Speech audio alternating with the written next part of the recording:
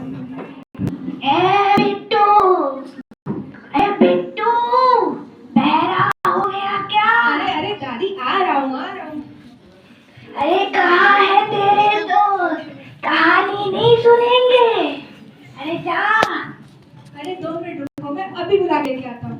अरे ये क्या, ये सब तो यहीं बैठे हैं। दादी आ जाओ, मेरे सारे दोस्त आ गए हैं। आ गए तुम सब। कहानी सुनोगे? हाँ, सुनाती हूँ, सुनाती हूँ।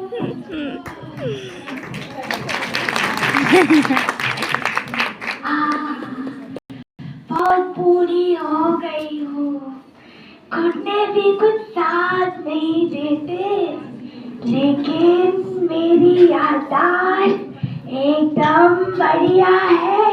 हाँ, आजकल अंग्रेजी में किटपिट किटपिट किटपिट सुनती हूँ तो याद आता है कैसे एक विविधता और समृद्ध संस्कृति वाले देश भारत में स्वतंत्रता से पहले अंग्रेजी आई।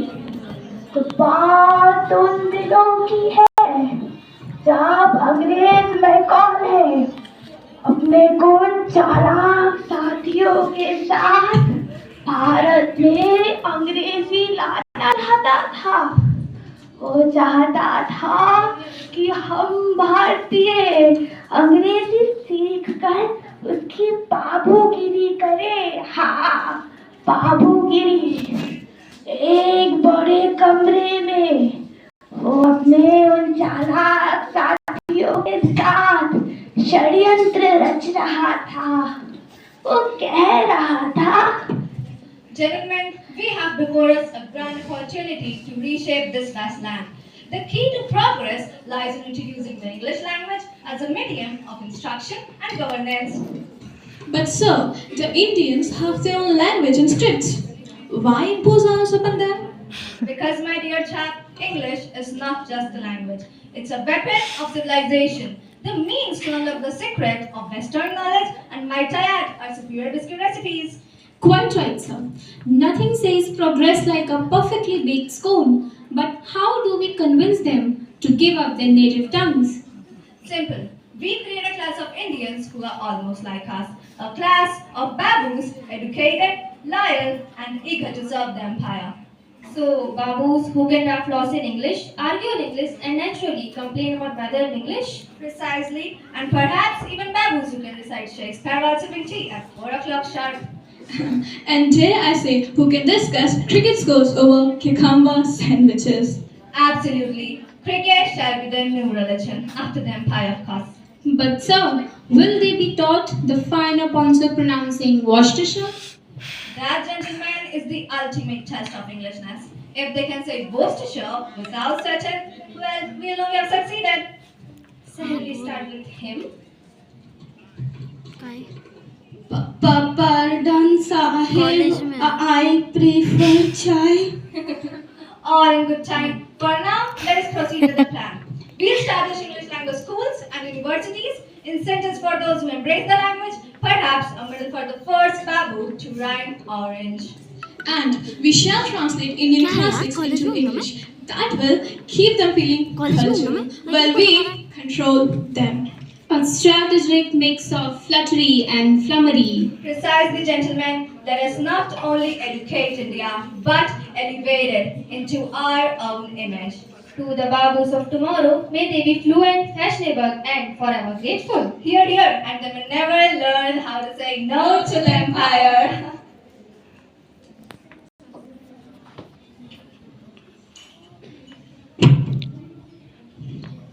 Follow me, officers.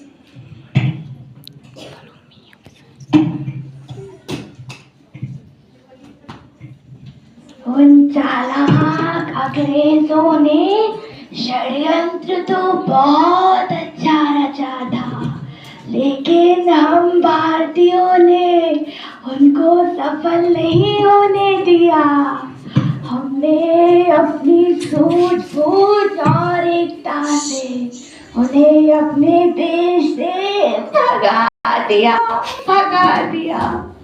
और इसमें हमारे महान साहित्यकारों ने भी बहुत बढ़ चढ़कर भाग लिया। उन्होंने अपनी लेखन शक्ति की क्रांति की गूंज पूरे भारत में मचा दी। उस समय के महान साहित्यकार थे रविंद्रनाथ टैगोर, सरोजिनी नायडू, तोरू दत्त, राजा Ram Mohan Roy,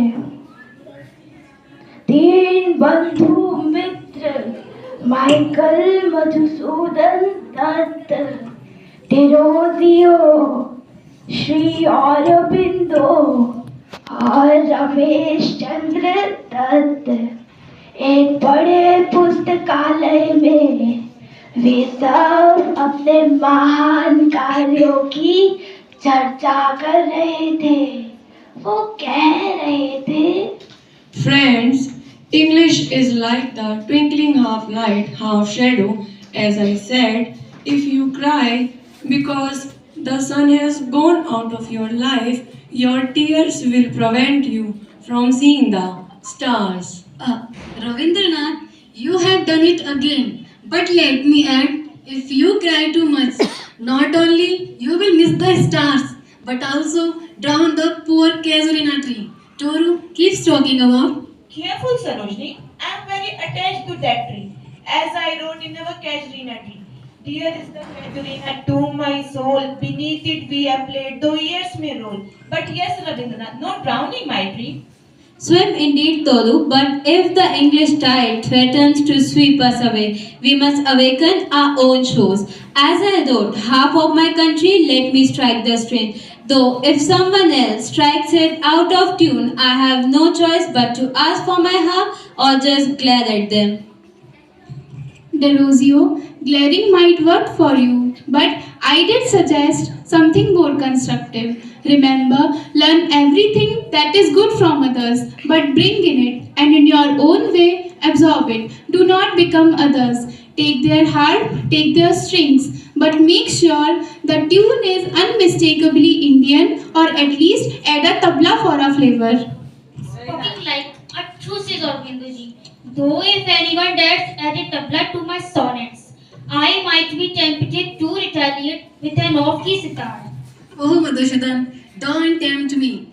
I will bring my Bengal sailors into your poetry. Bengal sailors are we who wear our shining lords to the temple fair, who will wear these delicate, bright, rainbow-tinted circles of light, luxurious tokens of radiant lives, for happy daughters and happy wives.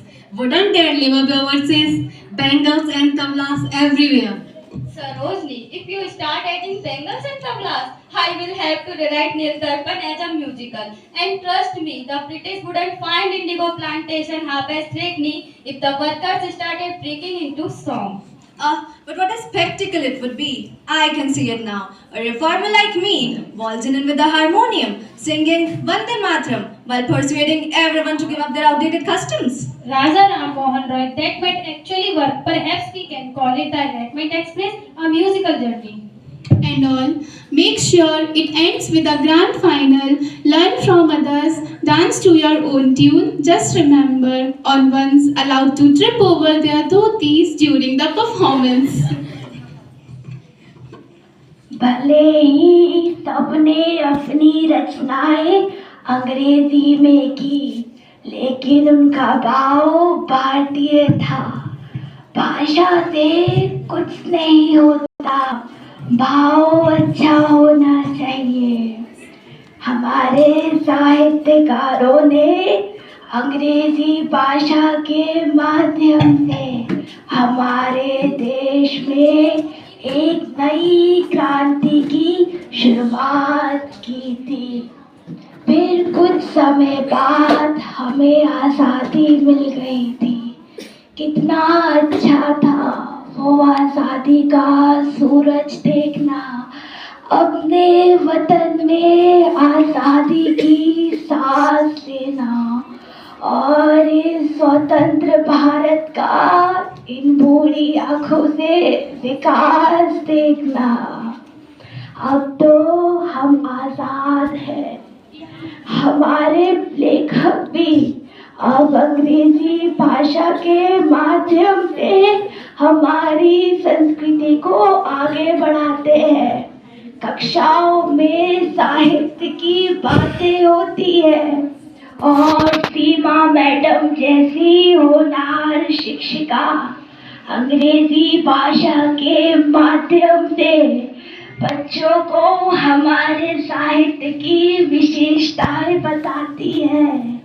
साथ ही साथ हमारे स्वतंत्र भारत के लेखक जैसे R.K. Narayan, मुल्क राज आनंद, कमला दास, निसिम musical, A.K. Ramanujan, कमला मार्कंडे, विजय Tendulkar, Girish Karnad, V.S. Naipaul एक पुराने बरगद के पेड़ के नीचे प्यारे बच्चों की जिज्ञासा को शांत करने का प्रयास कर रहे हैं। Literature, children, is the soul of life. Repeat after me. Literature is the mirror of society. Literature is the mirror of Salad. Salad. Society. We are not in a kitchen. Though with the racket you make, I sometimes feel like a pressure cooker.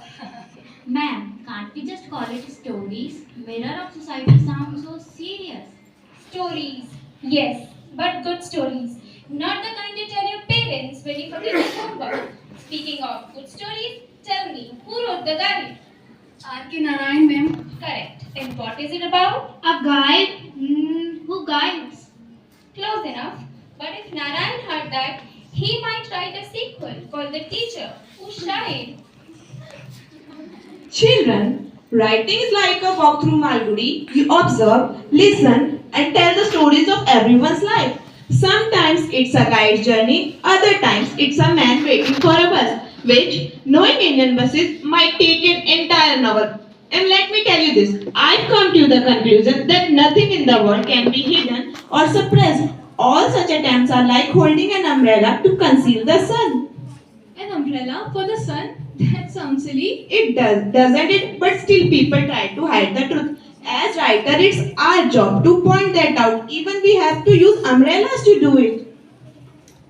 Narayan, while you expose truth with umbrellas, I prefer to dive into the depth of human emotion. My Untouchable and Coolie are stories of struggle and survival. Children, remember this line. And in his heart there was a lonely song, a melancholy wail, asking, not pointedly, but in a vague, uncertain rhythm, what life in this woman's house would be like. Was the song really there? Not a song you hear with your ears, but one you feel in your heart, a longing, a question about life and its choice. That's the music we write about. And don't forget the fire in your hearts, children. Speak and write boldly, every one of you. Why not let me speak in any language I like? The language I speak become mine. Its distortion, its sweetness, all mine, mine alone. Even if it sounds strange. Especially if it sounds strange. Strange is good. It means you are being true to yourself. While Kamla encourages strangeness, I will remind you that poetry is all about simplicity and truth. Imagine this. My knight of scorpion was born from such suits. May he sit still, they said. May the sins of your previous birth be burnt away tonight. May your suffering decrease the misfortune of your next birth. May the sum of all evils balance in this unreal world. And sometimes poetry reminds us the beauty and harshness of the nature. In the river, I wrote, the river has water enough to be poetic about only once a year and then carried away. Poetry, like river, has a way of showing you what's beneath the surface. Exactly. My nectar in a sieve is the same. Life isn't always sweet like nectar, but even in struggles, there is something to learn. And children, always remember that is all you can think of what people will say. One goes from one end of the world to the other to hear the same story. Does it matter what people say? Does it? Not at all. What matters is what you believe and how you live. And sometimes life and writing are all about contradiction. Like I wrote in, silence the court is in session. I despise this body, and yet I love it. I hate it, but it's all you have in the end, isn't it? How can you love and hate something at the same time? That's life. It's messy, confusing, and sometimes a bit funny. But those contradictions make it beautiful, don't they? Or write about the mystery of human existence, like I did in Hayavana. Children, isn't that surprising that our body should have its own ghosts, its own memories? Think about it. Our bodies carry stories too, even if we don't remember them all. So our bodies tell stories too. Exactly, and sometimes the best stories are the ones we carry without even realizing.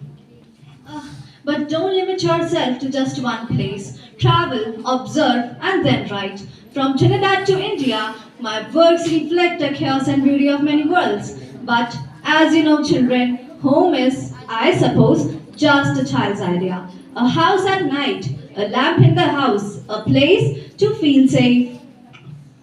It seems the parents written a review already, probably titled Writer Sandanati, Squawk, a genius. What now? Did Kamala start a rebellion or has Vijay Tendulkar cast someone in his next play? Ma'am, can we go outside? Mulkraj Anand talked about a lonely soul in someone's heart. Grish Karnad said even our bodies have memories. And Vijay Tendulkar, why we both hate and love our bodies. And the parrot is critiquing everything. Fine, but on one condition. I want essays from all of you about what you learn out there and no one copying the parrot's note. सभी लेखकों ने बहुत ही सुंदर उत्तरों से प्यारे बच्चों की जिज्ञासाओं को शांत किया और साथ ही साथ उन्हें हमारे साहित्य से परिचित भी कराया। अब हमारा जमाना मॉडर्न हो चुका है और मॉडर्न बदलाव के साथ बहुत सारी नई नई चीजें भी हमें देखने को मिल रही है। और मेरा पोता वो बिट्टू है ना, वो तो मुझे अब ग्रैंडमा कहता है, आता ही होगा चिल्लाते हुए। बिट्टू, ये बिट्टू। अरे वाह दादी, कितनी अच्छी स्टोरी सुनाई है। स्टोरी और ग्रैंडमा, जब देखो ग्रैंडमा कहता है। अंग्रेज चले गए, मेरे बिट्टू को छोड़ गए, बड़ा आया अंग्रेज की औलाद, ग्रैंडमा कहता है ग्रैंडमा। अब इस नए मॉडर्न जमाने में हमारे प्रोफेसर मेहता ने हमारे प्रसिद्ध लेखकों के लिए एक टॉक शो रखा है, जहां हमारे सभी प्रसिद्ध लेखक भाग लेंगे। वे हमारे प्रसिद्ध लेखक हैं Vikram Seth,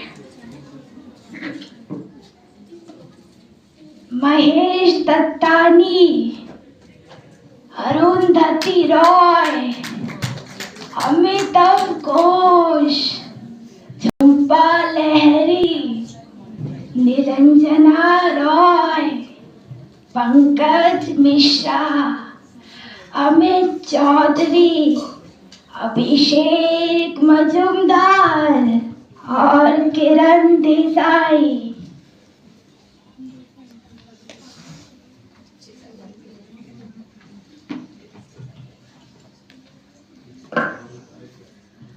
Good day everyone. Today we are graced with some of the most brilliant minds in modern Indian literature. And judging by the sheer numbers of notebook present in the audience, I suspect some of you are hoping to steal a bit of that brilliance. Let's try writing. You have all contributed uniquely to the literature, spanning poetries, novels, essays, plays, and many more. What inspires you to keep creating in such varied form? For me, it's often the sheer joy of telling story or a poem, but inspiration. Sometimes it's conversation, sometimes it's awkward silence afterwards. Silence is definitely inspiring, especially when you are writing plays. Though in my case, I think inspiration often comes from eavesdropping on stage. Sorry everyone, but if you are sitting next to me on a train, you are failing. Yes, I agree. Life is fascinating. People are walking, talking novels. Sometimes all you have to do is listen, and the stories come to you. Though occasionally they do knock first. I like that. History inspires me. Our past is so full of stories waiting to be uncovered. Sometimes I feel like a detective trying to piece together voices that have been silenced for centuries.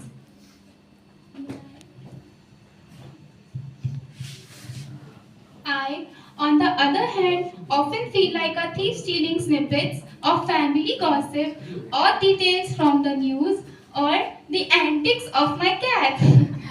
Ah, yes, cats are wonderful muses. They around sitting and animating, judging you. Very literary. As a reader, I often feel overwhelmed that how much has already been written. How do you find your unique voices? That's a great question. Finding your voice takes time. But here's the secret. Every writer's voice is a mosaic of the voices they've ever admired and absorbed. So read widely and deeply. It's like seasoning your imagination.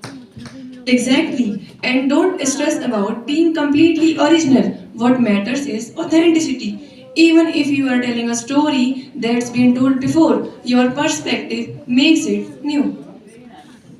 And don't forget to live your life. The best stories come from experiencing the world sometimes, from making the mess of it. Trust me, I have been there. Speaking of life mess, do any of you have stories about writing disasters? Oh, where do I begin? There was a time I accidentally sent my publisher an early draft of novel, complete with sarcastic margin notes. I had written to myself, let's just say, they were very confused. I once wrote an entire play only to realize I essentially plagiarized my own diary. My producer loved it, but I was mortified. I once wrote a climactic scene where a character delivered a heartfelt monologue only to realize during rehearsals that it was impossible to say without running out of breath. At least your character don't break into spontaneous verse. Sometimes I forgot I'm writing prose and suddenly everyone's rhyme. Awkward. Moving to the next question, how do you deal with criticism? You develop a thick skin, or at least a convincing fake one. Criticism is the part of the job, but remember, not all feedbacks are equal. Learn to differentiate between constructive advice and someone just having a bad day. Or someone who hasn't read past the first chapter. Once a critic complained about my predictable ending in a book they didn't finish. I found it oddly flattering. The key is to stay true to your story. Every writer has their audience. If everyone likes your work, you're probably doing something wrong. On a lighter note, if you weren't writers, what would you be doing? I would be singing or attempting to, though the opera world may not agree with my ambition. I'd be a linguist. Words fascinate me, even if they're not forming any sentences. I would be an actor, though I suspect my director would constantly tell me to stop rewriting my lines. I'd open a tea stall, plenty of drama there, and I could still eavesdrop on strangers. Before we wrap up, what advice would you like to give to the aspiring writers present in the audience? Write every day, even it's terrible. You can always fix bad writing. Don't wait for inspiration. It's unreliable. Treat writing like a job or an exercise routine. It's all about showing up, not just the magic moments. And don't forget to live. The best writings come from engaging with the world, not shutting yourself away from it. Also, Don't take yourself too seriously. Writing is hard, but it should be joyful too. And if all else fails, blame the cat. Thank you everyone for your precious time on this talk show.